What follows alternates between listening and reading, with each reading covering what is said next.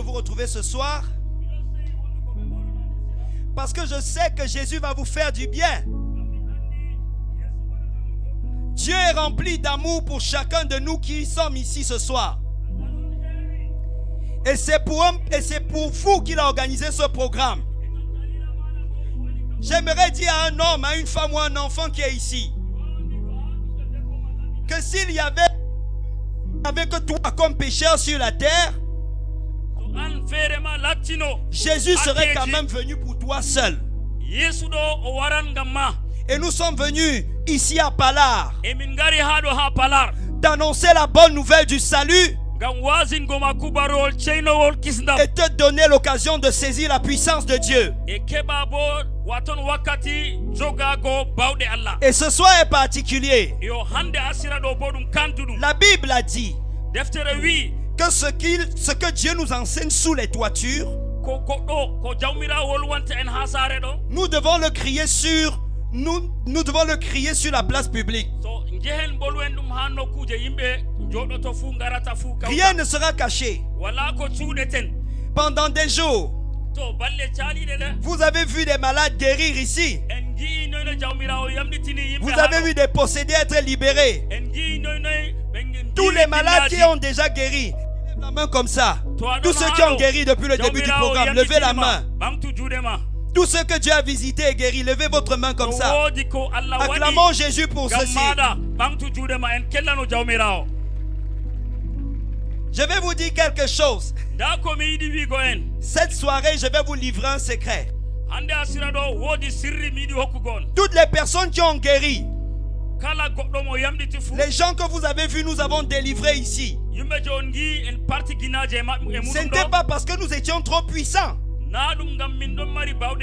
mais c'est à cause de quelqu'un que je veux vous présenter ce soir. Et j'aimerais vous demander, est-ce que vous êtes prêts à ce que je vous dise? Qui veut que je lui révèle le secret? Qui aimerait manifester la puissance de Dieu? Lève la main.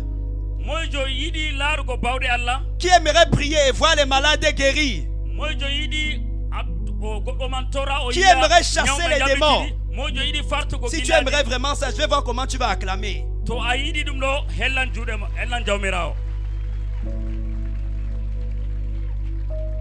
Ce que vous avez vu à Palar et que vous ferez ce soir, ce n'est pas la puissance d'un homme.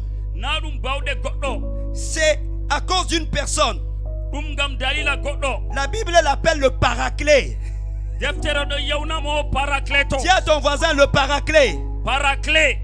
Dis-lui le paraclet. Demande-lui qui est le paraclet. J'ai entendu certains leaders religieux prétendre que leur chef est le paraclet. J'ai rencontré quelqu'un qui allait dans une religion et il m'a dit que le paraclet dont Jésus parlait, c'était un homme qui se disait prophète. Mais c'est faux. Parce que si c'était vrai, ça veut dire que le paraclet est mort depuis que cet homme est mort. Mais vous avez vu les œuvres du paraclet ici. Qui est le paraclet? Le paraclet, c'est le Saint-Esprit. C'est l'Esprit de Dieu. C'est l'Esprit de Jésus. C'est l'Esprit qui était sur Jésus sur la terre et par lequel il faisait des miracles. Quand Jésus est allé au désert pour être tenté par le diable, c'est le Saint-Esprit qui lui a donné la capacité de vaincre le diable au désert. Quand le Saint-Esprit viendra sur vous, vous allez devenir des vainqueurs. Vous allez vaincre le diable. Vous n'allez plus tomber dans le péché. Le Saint-Esprit est un esprit de sainteté. Le Saint-Esprit sur Jésus l'amener partout pour qu'il fasse des miracles. Comme vous avez vu, nous faisons des miracles. Le Saint-Esprit sur Jésus a fait qu'il guérisse les malades. Quand le Saint-Esprit viendra sur vous, vous serez capable de guérir les malades. C'est le Saint-Esprit qui a ressuscité Jésus d'entre les morts. Le Saint-Esprit, c'est Dieu lui-même. Et quand Dieu décide de visiter un corps humain comme le tien, il l'utilise pour faire des prodiges. Dans la Bible, le Saint-Esprit visite les personnes de plusieurs manières. Le Saint-Esprit est venu sur Jésus comme une colombe. Mais le Saint-Esprit n'est pas une colombe. Il est venu comme une colombe pour nous montrer la douceur du Saint-Esprit. De la même manière que quand vous effrayez un oiseau, il s'envole. Quand un homme vit dans le péché, il fait s'envoler le Saint-Esprit.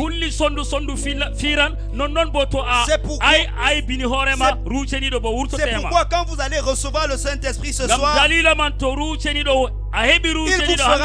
il vous fera marcher dans la sainteté. Il va vous rendre capable de ne pas pécher. La foi chrétienne n'est plus une religion des gens qui pêchent pour aller demander pardon.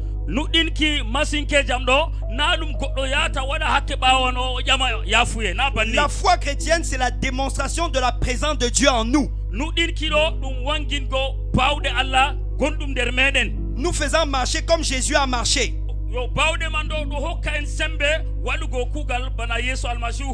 Le Saint-Esprit est souvent représenté dans la Bible aussi comme l'huile.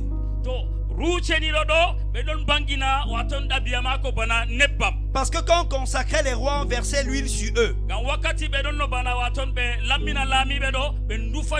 Et ça leur donnait la puissance pour diriger les gens. Quand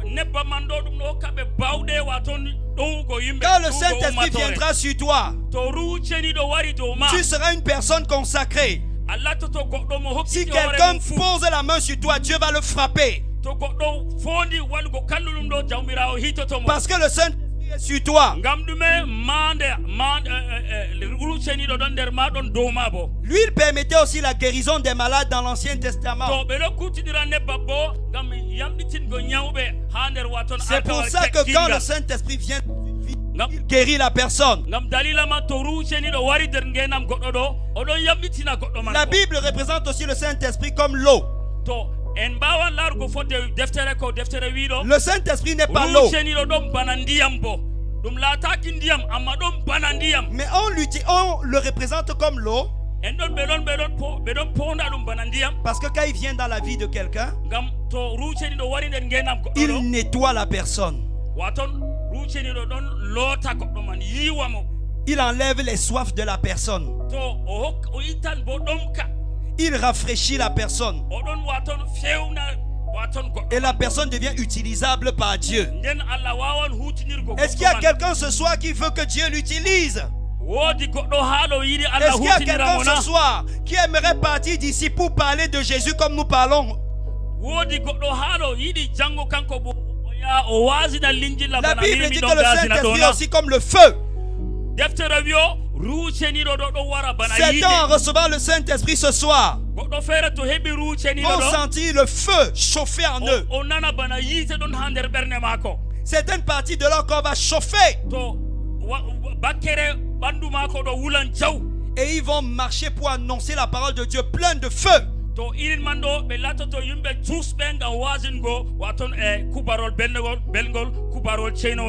C'est le Saint-Esprit qui était sur Moïse.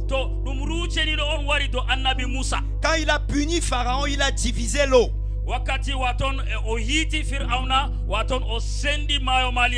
Je vois quelqu'un ici qui va recevoir le Saint-Esprit.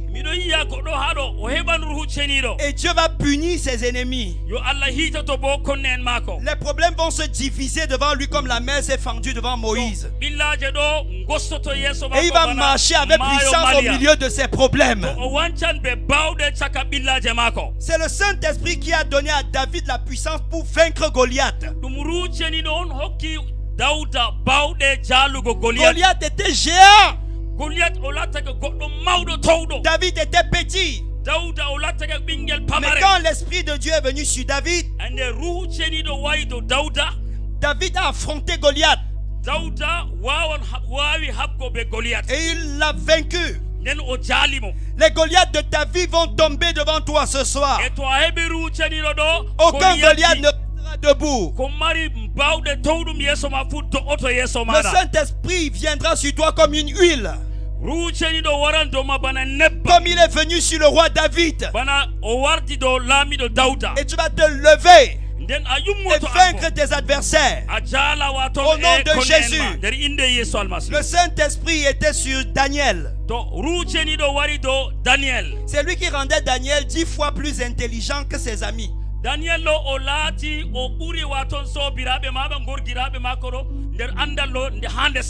C'est grâce au Saint-Esprit que Daniel interprétait les rêves. Et quand le Saint-Esprit viendra sur toi, tu auras la sagesse de Dieu. Tu vas commencer à interpréter les choses compliquées. Le Saint-Esprit va venir restaurer l'intelligence de nos enfants ici à Pala. L'intelligence que Satan avait volée chez nos enfants, le Saint-Esprit va les rendre plus intelligents. Le Saint-Esprit va leur ouvrir le chemin pour que demain des enfants de Pala soient des ministres de cette république, soit des députés de ce pays, soit des sénateurs, soit des grands hommes d'affaires, soit des ambassadeurs, soit même président de la République. Le Saint-Esprit va vous distinguer et vous démarquer. Les gens vont se demander d'où sort celui-ci. Il a grandi dans un pauvre quartier de Marois. Mais d'où lui vient cette intelligence? Mais comme l'Esprit de Dieu sera en toi, l'Esprit de Dieu est supérieur à tous les esprits. Les gens vont aller dans la Rose-Croix. Ils vont aller dans la franc-maçonnerie. Mais ils viendront se prosterner devant toi. Ils viendront tomber à tes pieds. Parce que tu auras l'esprit supérieur. Tu auras l'esprit de Dieu en toi. L'esprit qui n'a pas sa maison au milieu des maisons des dieux de la terre. Le Saint-Esprit est celui qui rendait le prophète Élie puissant. Le prophète Élie pouvait fermer le ciel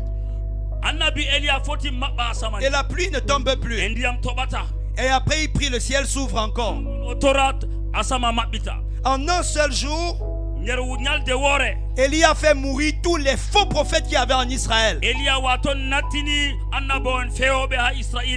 quand toi tu vas te lever par le Saint-Esprit, tous les faux prophètes et les faux serviteurs de Dieu qu'il y a ici dans cette ville vont commencer à quitter la ville. Parce que la puissance de Dieu va te distinguer. La parole de Dieu sera sur ta bouche. Et tu vas parler sans autorité. Quand le Seigneur Jésus sur la terre faisait des miracles, guérissait les malades, quand le temps de son départ est arrivé, ses disciples étaient tristes.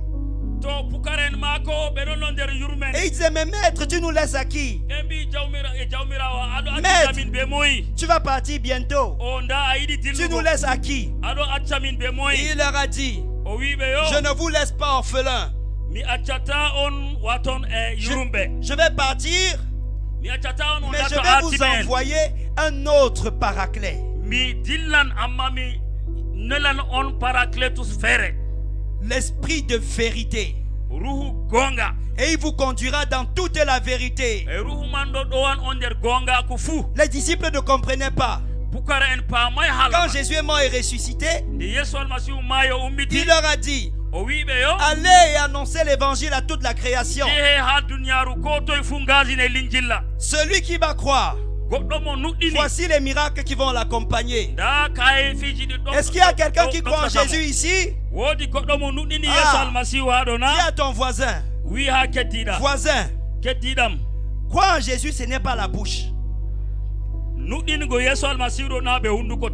veux voir les signes dans ta vie. Voici les signes qui vont accompagner ceux qui vont croire. À mon nom, ils chasseront les démons. C'est pourquoi je veux dire à quelqu'un ici ce soir que le Saint-Esprit va te donner la victoire sur les démons. Ils parleront de nouvelles langues, les langues angéliques et les langues célestes. Ils parleront un langage qu'ils n'ont pas connu auparavant. Ils imposeront les mains aux malades et les malades seront guéris. Ils imposeront les mains aux malades et les malades seront guéris. Je vois des centaines de guérisseurs de malades ici à Pala. Plusieurs qui vont guérir les malades ici. C'est qui? Où est la personne? Où est celui qui va guérir les malades là? Qui croit qu'en sortant d'ici, il va imposer les mains aux malades et les malades seront guéris? Mais le Seigneur pour vous-même. Et Jésus leur a dit, avant d'aller prêcher, attendez d'abord. Je vais vous envoyer la puissance du Saint-Esprit.